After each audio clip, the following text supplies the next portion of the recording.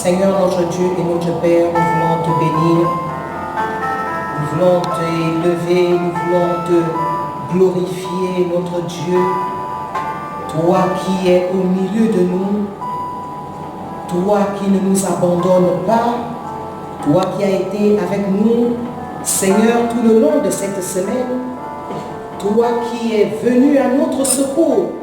Seigneur, nous avons senti, Seigneur, ton aide, ô Dieu, de plusieurs manières. Seigneur, tu es un bon Dieu, tu es notre Père. Et ce matin, nous voulons encore te bénir, t'élever. Merci, Seigneur, pour cette parole. Seigneur, que tu veux encore nous donner aujourd'hui. Seigneur, je te confie cette parole. Seigneur, que cette parole, Seigneur, nous fasse encore grandir. Que cette parole, Seigneur, notre Dieu, Seigneur, nous amène encore à un niveau, le niveau où tu veux que nous soyons. Seigneur, je bénis cette parole en ce jour. Seigneur, que ta main puissante soit, Seigneur, étendue sur cette parole. Au nom puissant de Jésus. Béni sois-tu. Seigneur, je te confie, Seigneur, chacun de tes enfants de partout où ils sont. Seigneur, dans tout Libreville, dans le Gabon et partout et hors du Gabon. Je te confie aussi, Seigneur, ceux qui nous écoutent, ceux qui tomberont, Seigneur, sur ce message. Seigneur, touche leur cœur et que leur vie, Seigneur, soit transformée. Parce que la Bible déclare que tu envoyas ta parole et tu les guéris. Que cette parole, Seigneur, guérisse là où il y a besoin de guérison. Que cette parole restaure là où il y a besoin de restauration. Que cette parole, Seigneur, oh Dieu, positionne, ramène là où, Seigneur, l'un de tes enfants est tombé. Que cette parole relève, que cette parole ramène. Je bénis ta parole ce matin. Louange et gloire te reviennent. Au nom puissant de Jésus. Amen. Alléluia. Merci bien-aimés. Et nous allons maintenant passer dans la parole. Et j'espère que vous allez très bien. Nous bénissons le Seigneur. Alors, le thème que nous allons voir aujourd'hui et que le Seigneur a mis dans mon cœur est la présence de Dieu. La présence de Dieu. Ce matin, nous allons parler de la présence de Dieu. Bien-aimé, la présence de Dieu, c'est également la présence du Saint-Esprit. Le Saint-Esprit en nous. Et qu'est-ce que Jésus a dit? Jésus a dit dans Jean 14, je vous laisse le temps de chercher, Jean 14, le verset 15, je vais lire, je commence au verset 15. Si vous m'aimez, gardez mes commandements, et moi je prierai le Père, et il vous donnera un autre consolateur, afin qu'il demeure éternellement avec vous. Le verset 17, l'esprit de vérité que le monde ne peut recevoir, parce qu'il ne le voit point, et ne le connaît point. Mais vous, vous le connaissez, car il demeure avec vous, et il sera en vous. Alléluia. Donc le Saint-Esprit demeure avec nous et il sera avec nous. Oui, bien-aimés, le Saint-Esprit sera avec nous. Pourquoi? C'est ce que nous allons voir tout le long de cette parole que le Seigneur a réservée pour nous ce matin. Alors, je disais donc que la présence de Dieu, c'est le Saint-Esprit en nous. Le Saint-Esprit en nous, le Saint-Esprit avec nous. C'est ça la présence de Dieu dans le Nouveau Testament. Dans le Nouveau Testament, la Bible nous dit que c'est le Saint-Esprit en nous qui est représenté représentée par la présence de Dieu. La présence de Dieu, c'est la vie de Dieu également en nous. La vie de Dieu, cette vie-là que nous devons dégager, c'est ça, la présence de Dieu. La présence de Dieu, c'est l'atmosphère du ciel autour de nous. Cette atmosphère-là, c'est Dieu qui nous la communique. C'est Dieu qui nous la donne, l'atmosphère du ciel. La Bible déclare que le royaume de Dieu s'est approché de vous. Le royaume de Dieu est au milieu de vous. C'est-à-dire, le ciel est au milieu de nous. Le ciel est avec toi. Le ciel est au milieu de toi. Le ciel est au milieu du peuple de Dieu. Bien-aimé, j'aimerais que tu saisisses cela en ce jour. Et nous parlons de la présence de Dieu. Alors, la présence de Dieu, elle descend dans nos vies. Elle descend aussi dans des lieux où Dieu veut qu'elle se manifeste. Nous pouvons voir que la présence de Dieu descend dans nos vies. La présence de Dieu descend dans nos vies. À quel moment? La présence de Dieu descend dans nos vies lorsque nous faisons le choix de suivre le Seigneur. Lorsque nous faisons le choix d'appartenir à Jésus, c'est à ce moment-là que la présence de Dieu descend dans nos vies. Le Saint-Esprit descend dans nos vies. Alléluia. Je disais donc que la présence de Dieu aussi descend dans un lieu. La présence de Dieu peut descendre dans ta maison, bien-aimé, parce que tu as offert cette maison à Dieu. Parce que tu ne permets pas que n'importe quoi se fasse dans ta maison.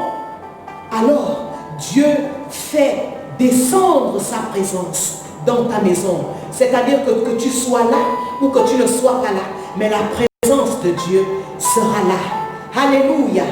Et ceux qui viendront chez toi remarqueront quelque chose de particulier. Parce que ta maison est offerte à Dieu. Bien-aimé, je ne sais pas l'atmosphère de ta maison. Est-ce que dans ta maison, c'est l'atmosphère de la présence de Dieu qui est, ou c'est l'atmosphère d'autre chose, bien-aimé? Je ne sais pas ce que tu fais dans ta maison. Est-ce que c'est l'atmosphère des critiques? Est-ce que c'est l'atmosphère de la médisance? Est-ce que c'est l'atmosphère de je ne sais pas trop quoi? Bien-aimé, est-ce que c'est l'atmosphère du monde qui règne maintenant dans ta maison? Non, bien-aimé, si c'est cela, bien-aimé, réponds-toi. Parce que c'est la présence, c'est l'atmosphère de la présence de Dieu qui doit prévaloir dans ta maison. Ta maison doit être le sanctuaire du Seigneur. Alléluia. Bien-aimé, cette présence peut être forte chez certaines personnes et faible chez d'autres. Je vais me répéter. La présence de Dieu peut être forte chez certaines personnes et faible chez d'autres personnes. Alléluia. Mais Dieu veut que cette présence soit forte chez chacun de ses enfants. Dieu veut que cette présence soit forte, sa présence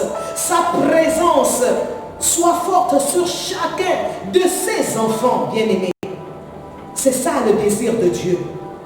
Donc, chez chaque enfant de Dieu, le véritable enfant de Dieu, il y a une dose de sa présence.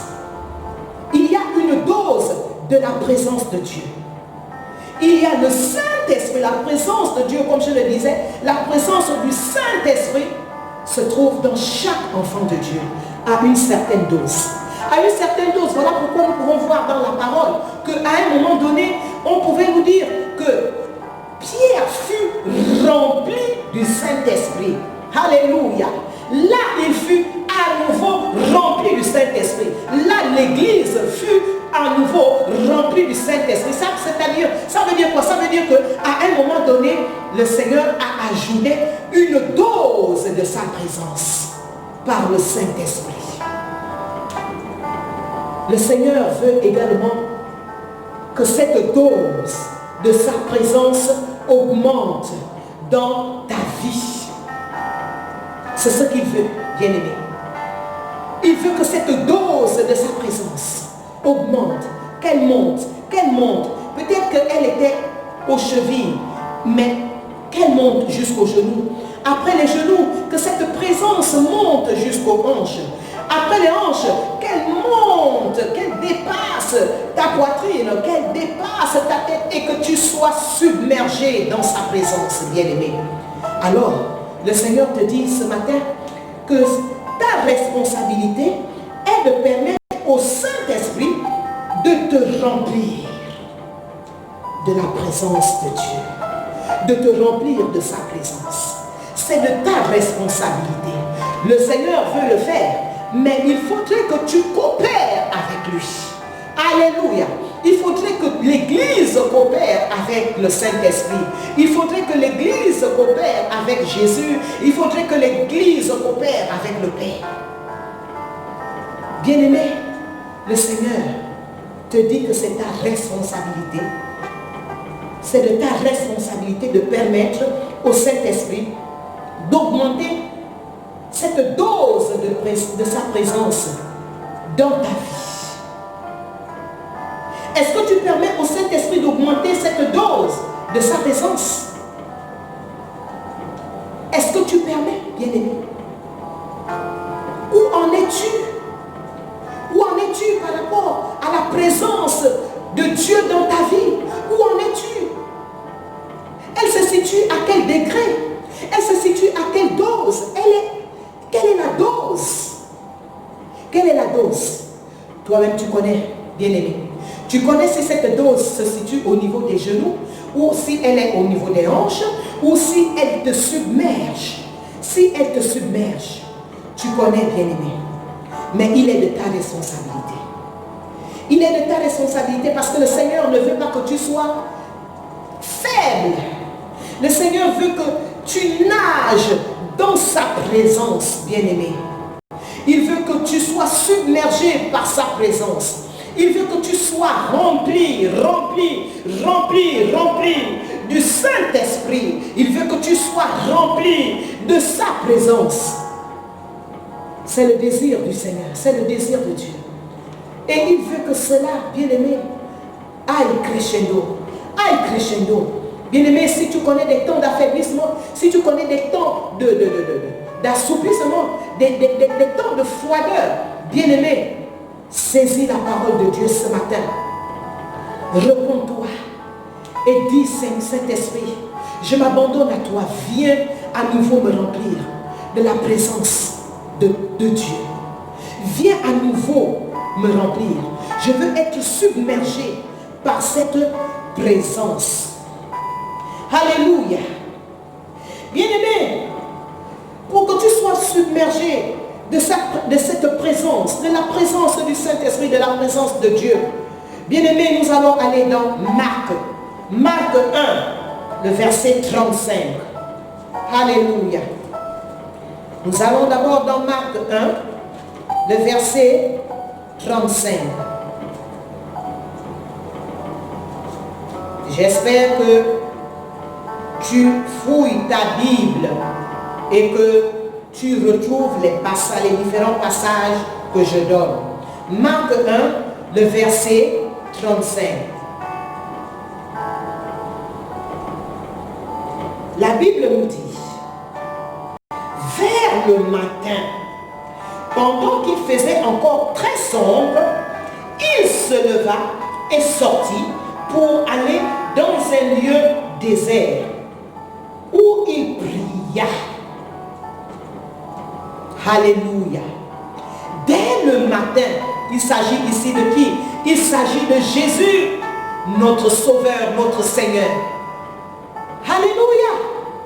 Le Seigneur partait très tôt le matin pendant qu'il faisait encore sombre pour aller, oh bien-aimé, puiser cette présence, prendre cette vie, prendre cette présence auprès de son Dieu, auprès de son Père, parce qu'il avait besoin de cette présence. Souvenez-vous que le Seigneur avait déjà reçu, oh alléluia, il avait reçu le Saint-Esprit. Jésus avait reçu le Saint-Esprit. Peut-être que tu vas me dire, oui, j'ai cette présence. Il a reçu le Saint-Esprit lorsqu'il se fit baptiser. Le Saint-Esprit est descendu sur Jésus comme une colombe. Alléluia. Mais bien aimé, alléluia, même si le Seigneur avait reçu le Saint-Esprit comme toi et moi, nous avons reçu cette dose, comme je le disais, mais c'était de la responsabilité du Seigneur Jésus d'aller toujours prendre encore un peu plus de cette dose dans la présence de son Dieu. Alors, il se levait tôt lorsqu'il faisait encore sombre. Est-ce que tu te lèves lorsqu'il fait sombre? Est-ce que tu te lèves? Le Seigneur Jésus allait prendre du temps avec son Dieu. Le Seigneur Jésus allait communier avec son Dieu. Bien-aimé. Et lorsqu'il sortait de là, bien-aimé, alléluia, lorsque Jésus sortait de cet endroit, lorsque Jésus sortait de cette communion, de cette relation avec son Dieu, bien-aimé, nous voyons, oh alléluia, les effets de cette présence. Oh bien-aimé, nous voyons ce que Jésus pouvait faire parce qu'il prenait le temps de communier réellement avec son Dieu. Au point où, quand vous continuez la lecture, les disciples le cherchaient lorsqu'il faisait déjà jour. Jésus prenait du temps. Il prenait du temps. Jésus payait le prix. Il payait le prix. Alléluia. Est-ce que tu payes encore ce prix dans la présence de Dieu? Combien de temps passes-tu dans la présence de Dieu? Combien de temps passes-tu? Combien de temps passes-tu dans ta relation avec Dieu? Combien de temps passes-tu, oh bien-aimé, dans cette communion personnelle? Je ne parle pas de la prière où tu vas pour intercéder, pour prier pour les besoins de Dieu, mais je parle de cette communion où tu vas pour prendre la vie de Dieu, pour prendre, alléluia, la vie du ciel. Est-ce que tu passes encore beaucoup de temps? Est-ce que tu te lèves pour passer du temps avec Dieu? Bien-aimé, lorsqu'on va réellement dans cette présence, c'est cette présence que l'on ramène. Et c'est cette présence, bien-aimé, qui nous impacte. C'est cette présence que nous entraînons, bien-aimé, partout où nous allons. Alléluia. Alléluia. Bien-aimé, Jésus avait cette présence très forte dans sa vie parce qu'il entretenait sa communion, sa relation avec son Dieu. Il aimait la communion avec le Père. Est-ce que toi tu aimes passer le temps avec Dieu? Est-ce que tu aimes encore même passer le temps avec Dieu? Est-ce que tu affectionnes ces moments-là que tu passes avec Dieu ou tu affectionnes maintenant autre chose? Et ce qui fait que tu deviens faible, tu t'affaiblis. Bien-aimé, la présence de Dieu nous rend forts. Bien-aimé, la présence de Dieu, oh bien-aimé, nous continuons. Nous allons maintenant cette fois-ci dans Luc, nous allons, Luc 8.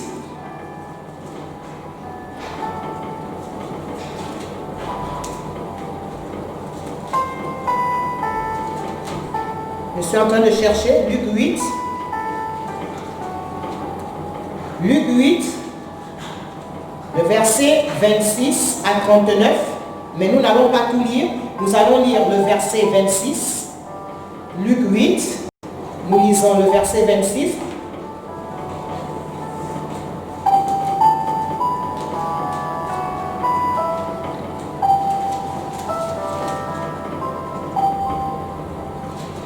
Alléluia. J'y suis. Nous allons donc lire le verset 26, le verset 27, le verset 28, le verset 29. Je vais lire. Ils abordèrent dans le pays des Géraséniens, qui est vis-à-vis de la Galilée. lorsque Jésus fut descendu à terre, il vint au-devant de lui un homme de la ville qui était possédé de plusieurs démons. Depuis longtemps, il ne portait point de vêtements et avait sa demeure non loin, non dans une maison, autant pour moi, mais dans les sépulcres, donc dans les cimetières. Oh. Ayant vu Jésus, il poussa un cri, se jeta à ses pieds et dit d'une voix forte, qu'y a-t-il entre moi et toi, Jésus, fils du Dieu très haut? Je t'en supplie, ne me tourmente pas. Alléluia. Je vais lire aussi le verset 29. Car Jésus commandait à l'esprit impur de sortir de ce corps dont il s'était emparé depuis longtemps. On le gardait lié de chaînes et les fers aux pieds. Mais il rompait les liens et il était entraîné par le démon dans les déserts. Oh, bien-aimé. Alors donc, nous voyons que Jésus arrive dans cette ville.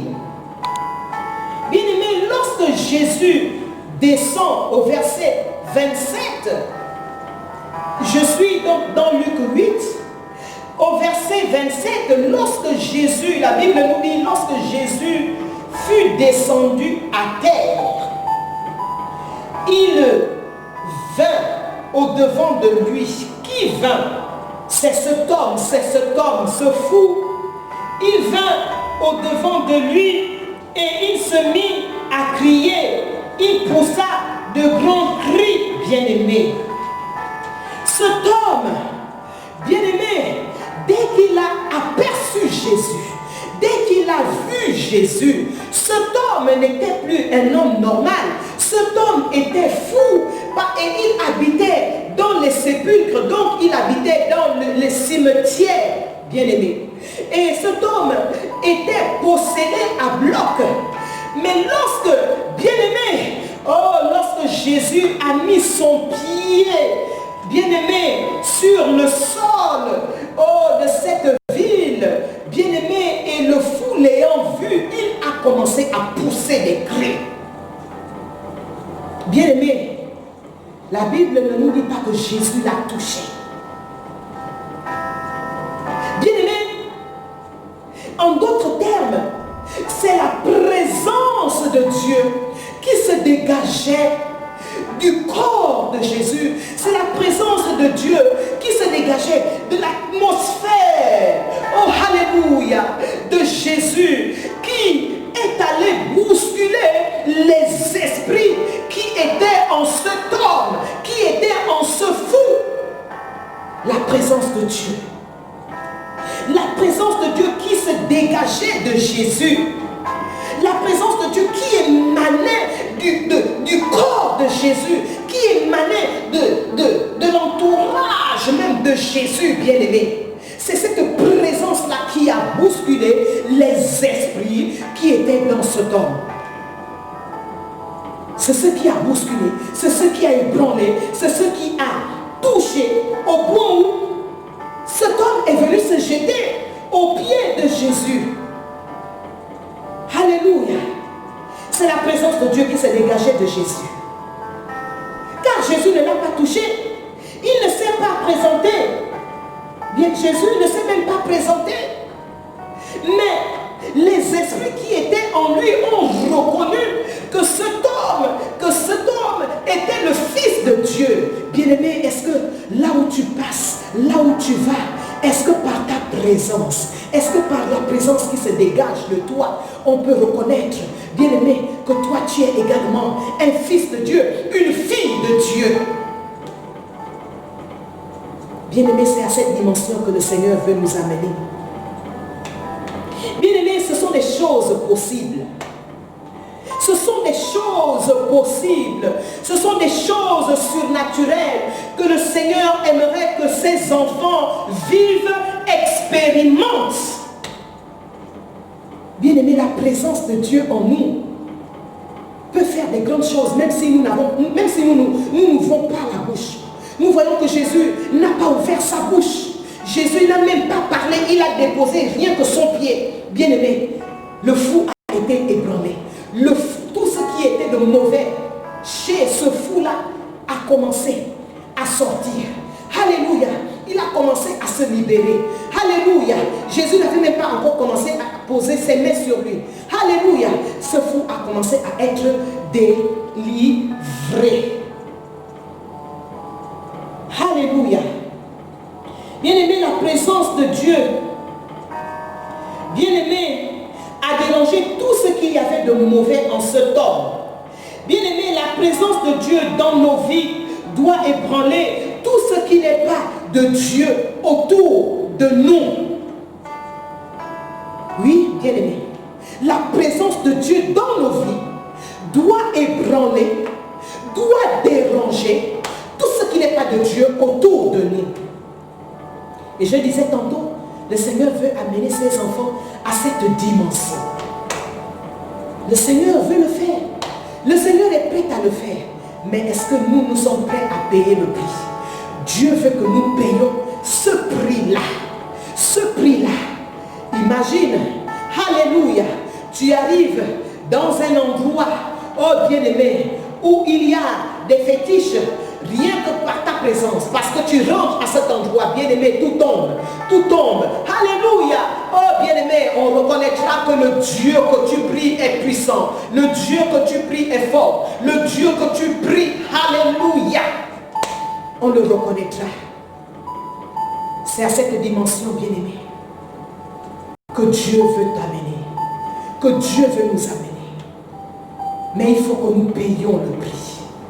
Dieu veut faire de grandes choses avec son Église. Dieu veut faire de grandes choses avec ses enfants. Voilà pourquoi il ne veut pas que tu sois cet enfant de Dieu, cette fille de Dieu, cette chrétienne légère, ce chrétien léger. Il veut que tu sois ce chrétien qui entretient sa présence dans ta vie. C'est ce qu'il veut, bien-aimé. Donc la présence de Dieu, bien-aimé, peut déranger tout ce qui n'est pas de Dieu, bien-aimé, autour de nous. Peut déranger dans nos quartiers, peut déranger dans nos lieux de travail, peut déranger même dans cette nation, bien-aimé, dans cette nation. Oh bien-aimé, je me rappelle des temps de réveil. Dans les temps de réveil, il y avait une atmosphère de la présence de Dieu dans cette nation. Oh bien-aimé, que les gens abandonnaient le péché d'eux-mêmes. Les gens sentaient le désir de se repentir. Les gens sentaient le désir comment dirais-je, de régler leur vie avec Dieu. Bien-aimé, Dieu veut nous ramener encore dans ces temps et un peu plus même encore. Alléluia. C'est ce que l'on appelle le réveil. Soupirons après ces choses. Soupirons après la présence de Dieu. Soupirons, bien-aimé, à déborder de cette présence. La présence de Dieu doit faire fléchir les genoux des incrédules. Alléluia. La présence de Dieu qui émane de ta vie, qui sort de ta vie, doit faire fléchir les incrédules. Elle doit faire parler les démons. Elle doit faire parler les esprits mauvais dans les vies des gens. Ensuite, on les fera taire, comme Jésus a fait. Alléluia. Ce n'est pas Jésus qui a demandé à cet esprit de parler, mais c'est lui-même qui a reconnu que tu es le Fils de Dieu. Et Jésus l'a ordonné de se taire. Alléluia. La présence de Dieu, bien-aimé. La présence de Dieu était forte en Jésus. Parce que le Seigneur entretenait cela. Parce que le Seigneur allait puiser cela quelque part.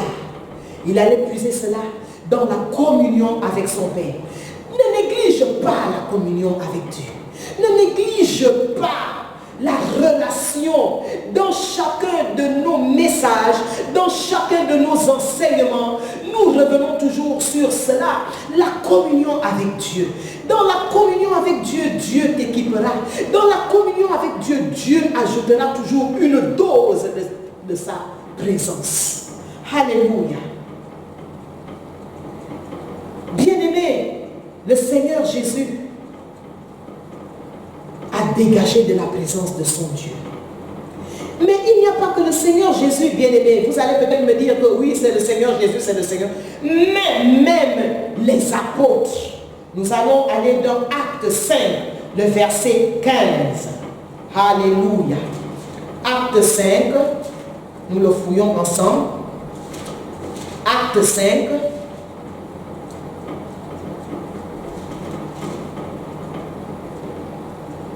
Acte 5, le verset 15. La Bible nous dit quoi? Je vais même lire à partir du verset 14.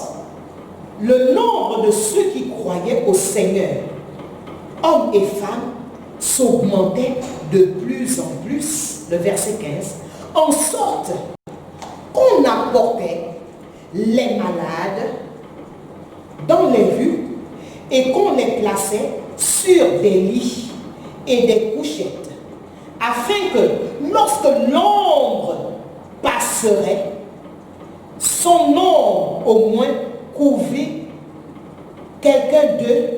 Alléluia. Quelqu'un d'eux. L'ombre de qui? L'ombre de l'apôtre Pierre.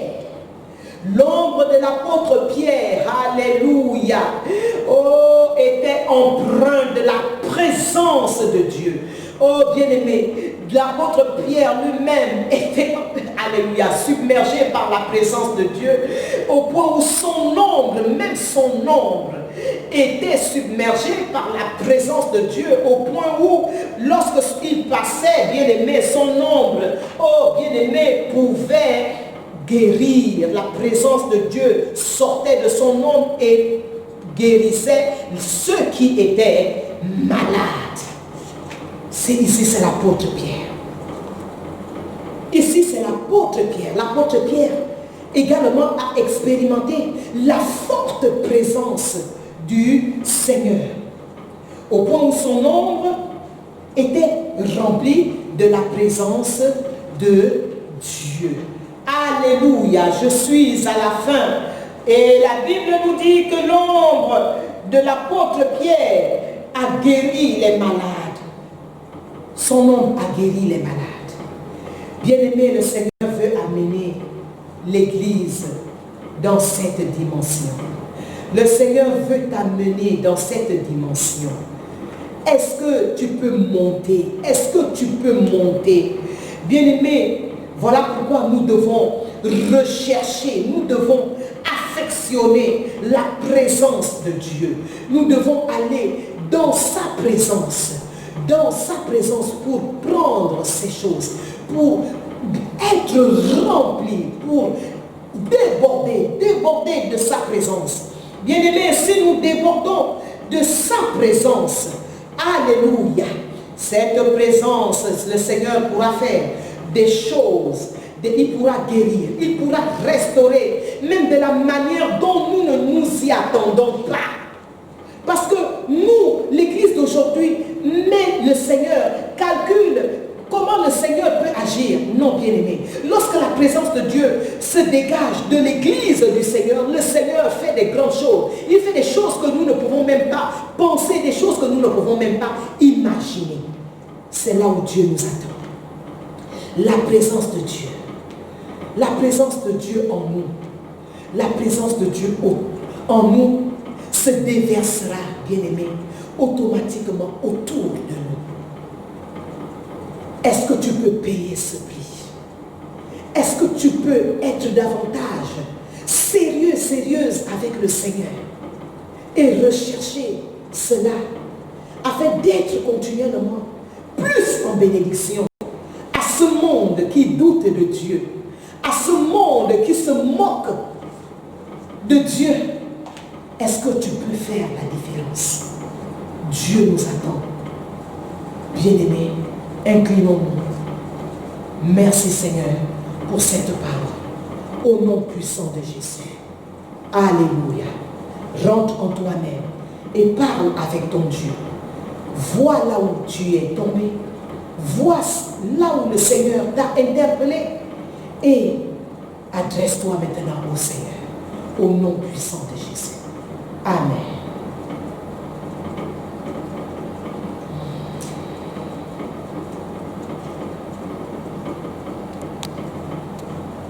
Alléluia.